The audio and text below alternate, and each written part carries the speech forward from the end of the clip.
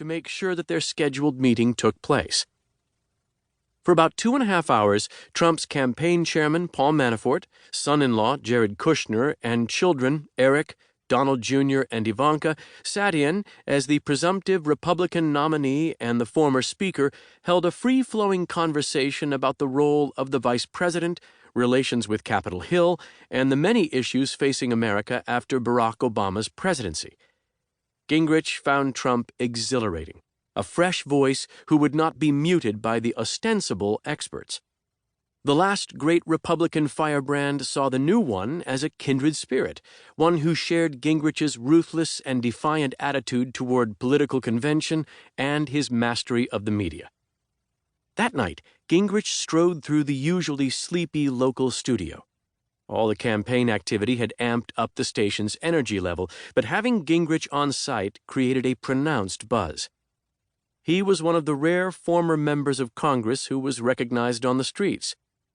Walking through the studios, Gingrich looked to some on the newsroom staff more like the overweight college professor he had been in his early years, lost in his own thoughts, than someone who might soon be next in line for the presidency.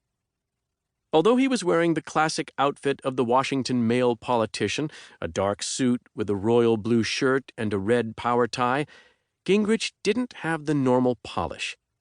His suit was a little too boxy. Its occupant was slightly rumpled. Gingrich didn't care. This was the look that he had nurtured since entering politics 37 years earlier as a young congressman from Georgia. He liked that his colleagues thought of him as the man with the big ideas, the intellectual turned politician. He had used that image to intimidate his opponents into submission, whatever the issue being debated. It was rare that Gingrich, with his trademark smirk, didn't seem to think that he was 100% correct about the topic being discussed.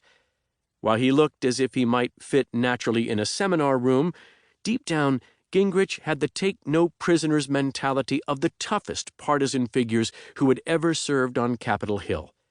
He had practically written the handbook on cutthroat congressional tactics and spinning the media for partisan advantage. Indeed, during his speakership, conservatives had literally circulated a memo on how to speak like Newt. As the makeup artist finished powdering his face and the production crew attached a small microphone to his lapel, Gingrich had good reason to feel that Trump would never have become the nominee without him.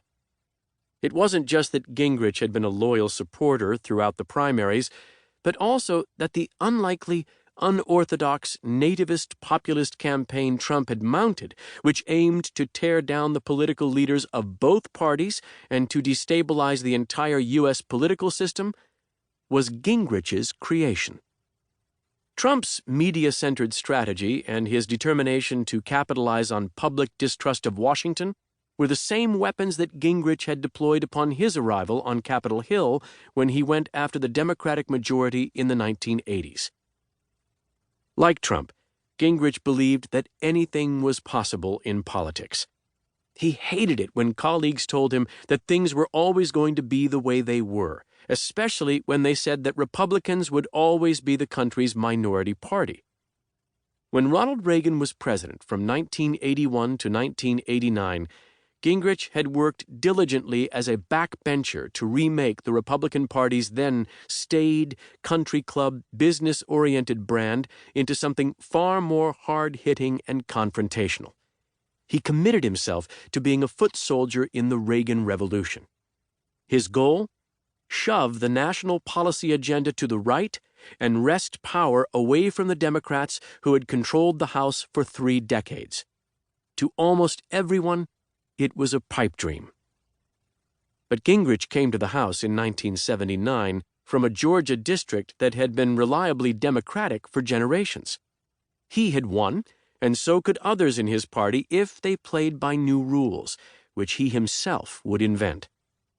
Gingrich promoted a style of smash-mouth combat aimed at delegitimizing his opponents by whatever means possible. Politics, as he saw it, was like warfare. The only way to win a battle, he decided, was to unleash the full fury of one's firepower on the foe. Now, Trump was using the same approach on his way to the presidency.